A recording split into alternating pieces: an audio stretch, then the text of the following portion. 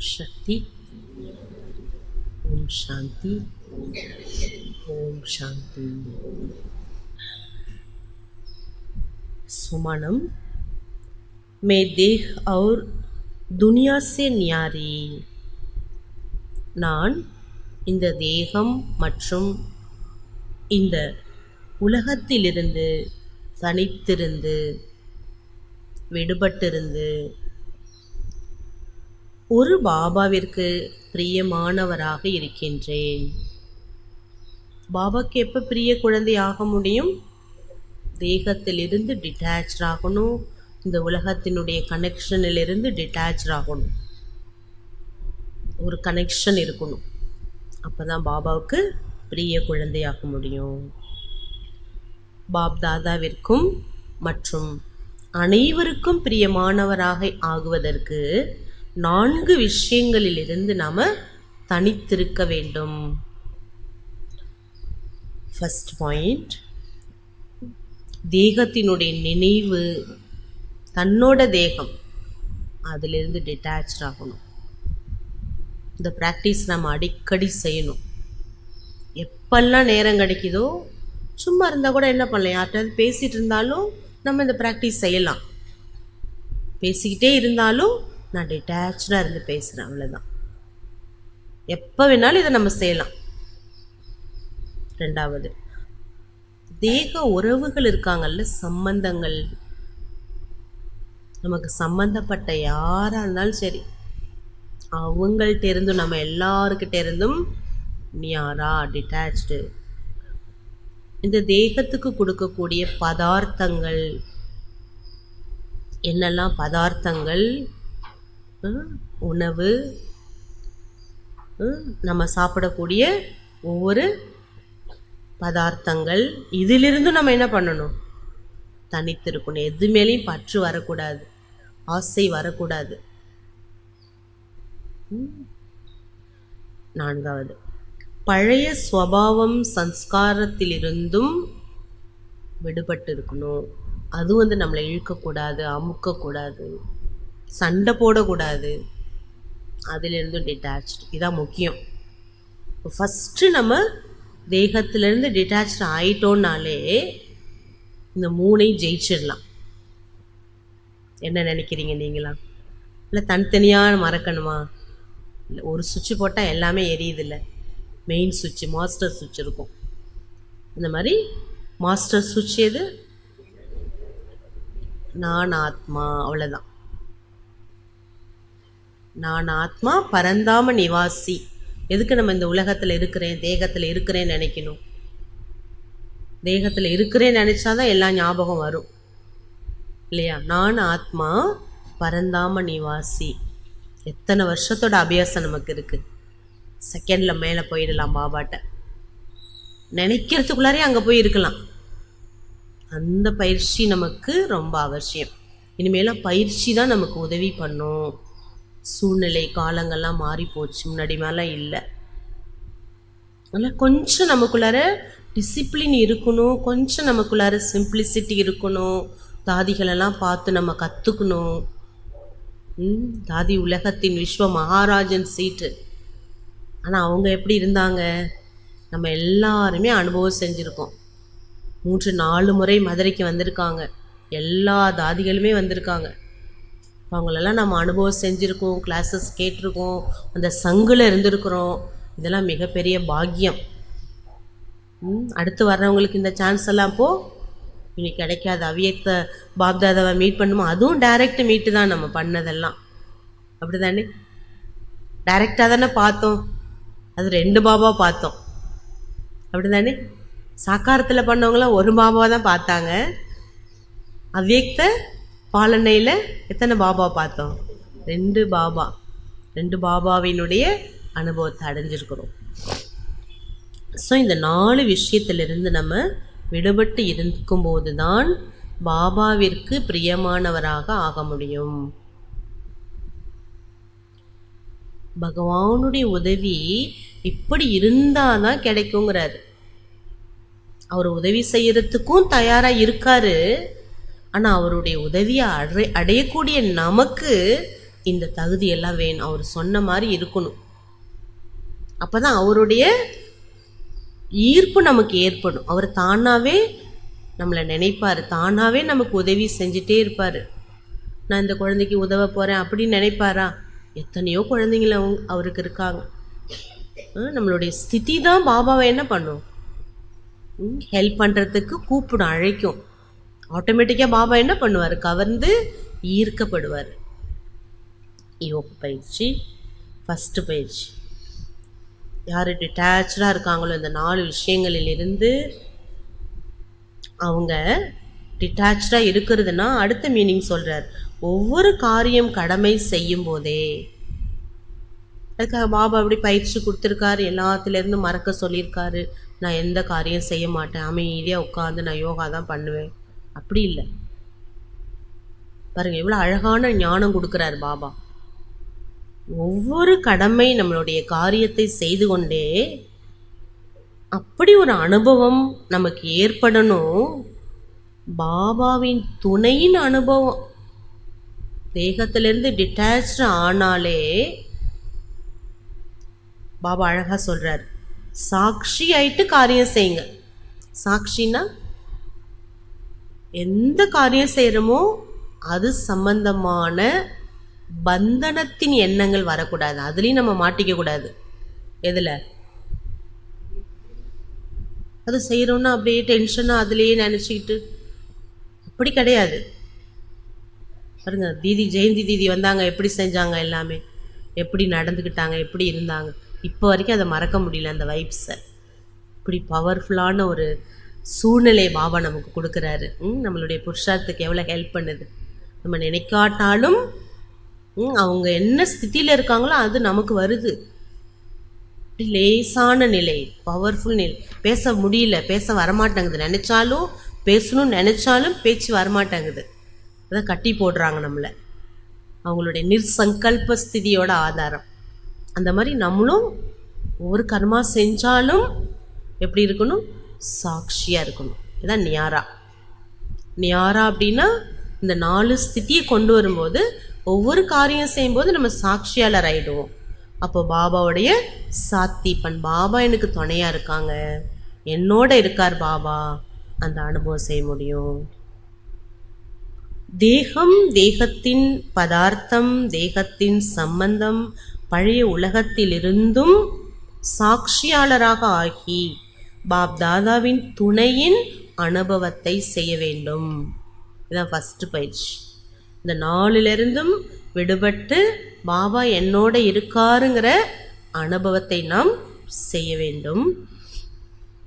2வது பயிற்சி, அடிக்கடி தேகத்திலிருந்து டிட்டாச், செகண்ட் பை செகண்ட். இப்போ கூட நம்ம பரந்தாமத்துக்கு போகலாம், எப்போ நினச்சாலும் போகலாம். வர்றதுக்கு அபியாசம் தேவையில்லை. தேவையா? நான் வந்துக்கிட்டே இருக்கேன்னா நம்ம ப்ராக்டிஸ் பண்ணுறோம், டகால்னு குதிச்சிருவோம் மேலேருந்து. இல்லை, புத்தி கட்டானோன்னே என்ன பண்ணிடுவோம், யோகா கட்டானோன்னு இங்கே வந்துடுவோம். ஆனால் இங்கேருந்து அங்கே போகிறதுக்கு பாருங்கள் எவ்வளோ முயற்சி எடுக்கிறோம்.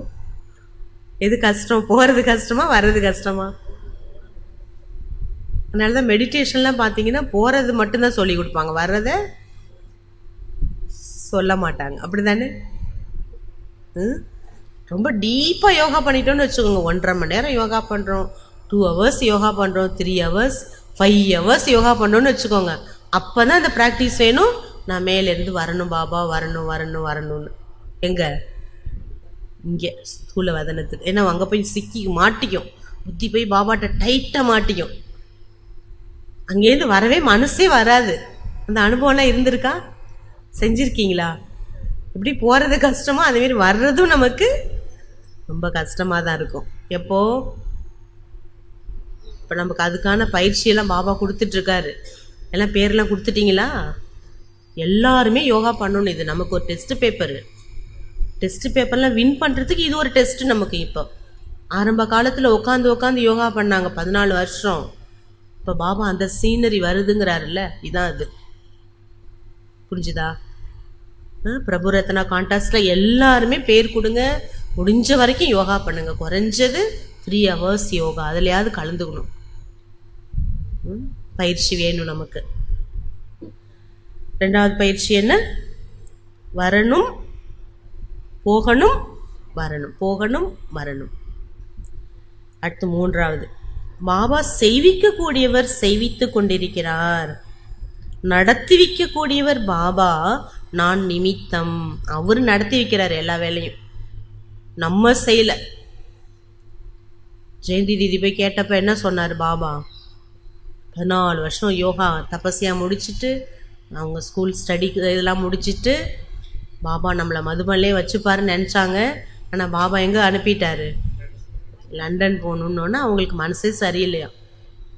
அடுத்து பாபா இந்த குழந்தைக்கு மனசு சரியில்லை, சஞ்சல். ஏன்னா நம்ம பாபா தாட் ரீடர். நம்ம மனசில் என்ன இருக்கோ அதை கண்டுபிடிச்சிருவாரு. ஏன்னா சாக்காரத்தில் எதிரில் இருக்காருல்ல, அப்படி தெளிவாக தெரியும். உடனே கூப்பிட்டு பாபா உடனே என்ன கேட்டாராம்? நீ புத்திசாலியா நான் புத்திசாலியான்னு கேட்டாராம். வாயை திறக்கவே இல்லையா தேதி. ஆனால் நம்ம நினச்சி தானே இருந்தோம், ஃபீல் பண்ணிட்டு இருந்தோம். பாபாவுக்கு எப்படி தெரிஞ்சுது? நீ சொல்கிறத நான் கேட்கவா, நான் சொல்கிறத நீ கேட்குறியா அப்படின்னு அதை சொல்லாமல் ஒரே சப்தம். அதிலிருந்து தீதி பாபா என்ன சொன்னாலும் ஹாஞ்சி ஹாஞ்சி ஹாஞ்சி. ஸோ செய்விப்பவர் அவர். நம்ம ஒன்றும் செய்யலை. நம்ம நினச்சிட்ருக்கோம் நான் எல்லாமே செய்கிறேன், எல்லாமே செய்கிறேன், நல்லா செய்கிறேன். நம்மளா செய்கிறோம்? யார் செய்கிறா? கருவி தான், நம்ம இன்ஸ்ட்ருமெண்ட்டு தான். இதில் தான் மார்க்கு சொலையா தாதிகள்லாம் தட்டிட்டு போயிட்டாங்க. செய்விக்கக்கூடியவர் அவர், நானே கிடையாது, நானே ஒன்று இல்லை. அடுத்த பயிற்சி, ஞாரா பியாரா ஸ்திதியினுடைய அனுபவம் செய்யறதுக்கு மதுபன் நிவாசி ஆயிடணுமா. சாக்காரத்தோட பர்மனன்ட் அட்ரஸ் எது? மதுபன். மதுபன் தானே எல்லாருமே யாரு? மதுபன் நிவாசிகள். அங்கே நீங்கள் பாபா ரூம் போகலாம், பாபா குடில் போகலாம், ஸ்தம்பம் போகலாம், ஹிஸ்ட்ரி ஹால் போகலாம், பிரகாஷ் ஸ்தம்பம் போகலாம், சக்தி பவன் போகலாம். வேறு என்ன இருக்குது? அவ்யக்த தாம் போகலாம். அப்புறம் ஞான் ரத்தன் பவன் இருக்குது இப்போ புதுசாக. தபஸ்யா தான் போகலாம். பாருங்கள் எத்தனை இடங்கள் இருக்குது. இன்னும் நிறைய யோகா ஹால் இருக்குது. சரஸ்வதி பவனில் எவ்வளோ யோகா ஹால். எல்லாத்துக்கும் நம்ம போகலாம், எங்கே வேணாலும் போகலாம். மதுபன் வாசின்னு நம்மளை நம்ம நினைக்கணும். இப்போ இத்தனை பயிற்சி, 4 பயிற்சி இருக்குது. தாரணை, பற்றற்ற நிலை. இந்த பற்று என்ன பண்ணுது? அட்டாச்மெண்ட். பெரிய ஒரு விகாரம் இது. நம்ம நினைக்கிறோம் காம குரோதம் தான் பெரிய விகாரம்னு. அது இல்லை. பற்று இருக்குல்ல, மோகம், அப்படியே வலையில் சிக்கி விட்டுரும். நமக்கே தெரியாது சிக்கிறோம்னே. சிக்கிறோன்னு தெரியாமையே போய் மாட்டிப்போம். அப்புறம் அதிலிருந்து நமக்கு விலகிறது ரொம்ப சிரமமாக போயிடும். எங்கே பற்று இருக்குதோ அங்கே மாயா வரும். மாயா வருதுன்னா பாபா சொல்கிறாரு ஐடென்டிஃபிகேஷன். எப்படி நம்ம கண்டுபிடிக்கிறது? மாயா வருதுன்னா நமக்கு பற்று இருக்குன்னு அர்த்தம். பற்று இருந்தால் யோகா வராது. 2வது, பற்று இருக்கக்கூடியவர்களுக்கு என்ன வராது? யோகா வராது. மாயா வரும், யோகா வராது. ஒன்று வரும், ஒன்று வராது. எது வரும்? மாயா வந்ததுன்னா அவ்வளோதான், யோகா வராது. ஆகவே அனாசக்தி விருத்தி, பற்றற்ற நிலை. அந்த பற்றற்ற நிலையில் இருக்கும்போது தான் அஷ்ட இஷ்ட ஆத்மா ஆக முடியும். அஷ்ட ரத்தனத்திலே வர முடியும், இஷ்ட தேவியாகவும் ஆக முடியும். சுவ சிந்தனைக்கு பாபா சொல்கிறாங்க, இன்னைக்கு தனக்குத்தானே நம்ம பேசணும், உரையாடல் பண்ணணும். என் ஆத்மா இந்த உலக சுகத்தை எல்லாத்தையும் நீ நிறைய அனுபவிச்சு பார்த்துட்ட, போதும், இதோட முடிச்சுக்க. நிறைய அனுபவிச்சுட்ட. சத்தியுக ஆரம்பத்திலேருந்து எல்லா சுகபோகங்களையும் அனுபவிச்சுட்ட. சத்தியுகா திரேதாயுகா ஜீவன் முக்தி நிலை, அதில் ஒரு பிரச்சனை இல்லை. அடுத்தடுத்து நம்ம ஸ்டெப்பில் வரோம்ல, துவாபர யுகா கலியுகா, இதெல்லாம் அனுபவிச்சு எல்லாத்தையும் அனுபவிச்சு அந்த போகுனா என்ன ஆயிட்டான், ரோகங்களெல்லாம் கொண்டு வந்து வரவழைச்சிட்டு இல்லையா. எல்லாருக்கும் இன்றைக்கி பாருங்கள், நோய் இன்னும் வாய் கட்டுப்பாடு இல்லை. நோய்க்கு காரணம் என்ன? இன்றைக்கி நிறைய பேருக்கு ஒரு அவேர்னஸ் வந்துட்டு இன்றைக்கி நிறைய பேர் சாப்பிட்றதில்ல, அப்படி தானே? இல்லை சாலட் அந்த மாதிரி சாப்பிட்றாங்க. இவ்வளோ அவேர்னஸ் வந்துட்டு இன்றைக்கி. ஏன்னா நோயை கொண்டு வந்துட்டு நல்லா ஆரோக்கியமான இந்த உடல் சரீரத்தை நோயாளி ஆக்கிட்டு. நம்ம ஆரம்பத்தில் எப்படி இருந்தோம்? 21 பிறவி வயதான ரூபம் தெரிஞ்சுதா? அவ்வளோ ஸ்ட்ராங்காக இருந்தோம், அவ்வளோ தூய்மை சக்தி இருந்தது. எல்லாத்தையும் நஷ்டமாக்கிட்டு ஒவ்வொரு நாளும் எல்லாத்தையும் இழந்து, ஒன்று இழந்து, சரீரத்தை இழந்து, மனசை இழந்து, உறவுகளை இழந்து, எவ்வளோலாம் இழக்க முடியுமோ அவ்வளவையும் இழந்தாச்சு. இழந்து என்ன பண்ணினோம்? ரோகம்தான் மிச்சம் இருக்குது. ஆகவே ஈஸ்வரனுடைய கட்டளை, வாபஸ் பரந்தாமம் நாம் செல்ல வேண்டும். ஆகவே ஹே ஆத்மன், இப்போ எல்லையற்ற வைராகி ஆகு. நமக்கு கூட நம்மளே பேசணும். ஹே ஆத்மா, நீ எல்லையற்ற வைராகியத்தை இப்போ இனிமே கொண்டு வா. போதும், நீ அனுபவிச்சதெல்லாம் போதும், கஷ்டப்பட்டதெல்லாம் போதும். இப்போ நல்ல நேரம் பிறந்துட்டு இனி நீ என்ன பண்ணணும்? பாபா கிட்ட மட்டும்தான் இருக்கணும். பிரிய தபஸ்விகளே, பாபா கூட இருக்கக்கூடியவர். பாப் சமானாக அவரை போல நீங்கள் ஆகணும்ல, அவருக்கு பிரியமானவராக நீங்கள் ஆகணும்ல. இந்த விசேஷத்தை பாபா எல்லார்கிட்டையும் பார்க்குறாரா, என்னுடைய ஒவ்வொரு குழந்தையும் பாப் சமான் குழந்தைன்னு. நம்மளை சாதாரணமாக இப்படி பார்க்கல, குறைகளோட. பாப் சமான் குழந்தைங்கிற கண்ணோட்டத்தோட பார்க்குறார். அவருடைய ஆசையை நம்ம பூர்த்தி பண்ணணும். ஆகவே அவருடைய நினைவில் அமருங்கள். நம்மலாம் பாபாவுடைய சரித்திரத்தை எல்லாருமே கேட்டிருக்கிறோம். பாபாவுடைய திருஷ்டி கிடைச்சிருக்கு. பாபாவுடைய ஒவ்வொரு செயலை பற்றிய அனுபவம் நாம் அடைஞ்சிருக்கிறோம். பாபா எப்படியெல்லாம் செஞ்சார், எப்படி இருந்தார், எப்படி வாழ்ந்தார், அவருடைய பார்வையில் எவ்வளோ அதிசயம் இருந்தது, எல்லாமே பார்த்துருக்குறோம். பாபாவுடைய செயல்பாடுகள் பிறருக்கு அப்படிப்பட்ட ஒரு திருஷ்டிய அனுபவம் ஏற்படுத்தியது. பாபா கிட்ட போனோன்னு டிட்டாச் ஆயிடுவாங்க, நியாரா சங்கல்பத்திலிருந்து விடுபட்டுருவாங்க. எல்லா நினைவுகளுமே மறந்து சுயஸ்திதி, ஆத்மஸ்திதியில் நிலைச்சிருவாங்க. இப்படிலாம் பாபா அனுபவம் கொடுத்தாங்க. ஏன்னா பாபா சவத்தை பார்க்கல, சிவத்தை பார்த்தார். சிவ் மீன்ஸ் ஆத்மா, அழியாத சக்தியை பாபா பார்த்தாரு. ஆக பிறருக்கும் அந்த அனுபவத்தை பாபா ஏற்படுத்தினார். அப்படி பாபா சாதனா செஞ்சார். அதே போல் நீங்களும் கூட இந்த முழு உலகத்தில் பாபாவை போல சாதனை பண்ணி பாபாவை பிரத்யக்ஷம் செய்ய வேண்டும்.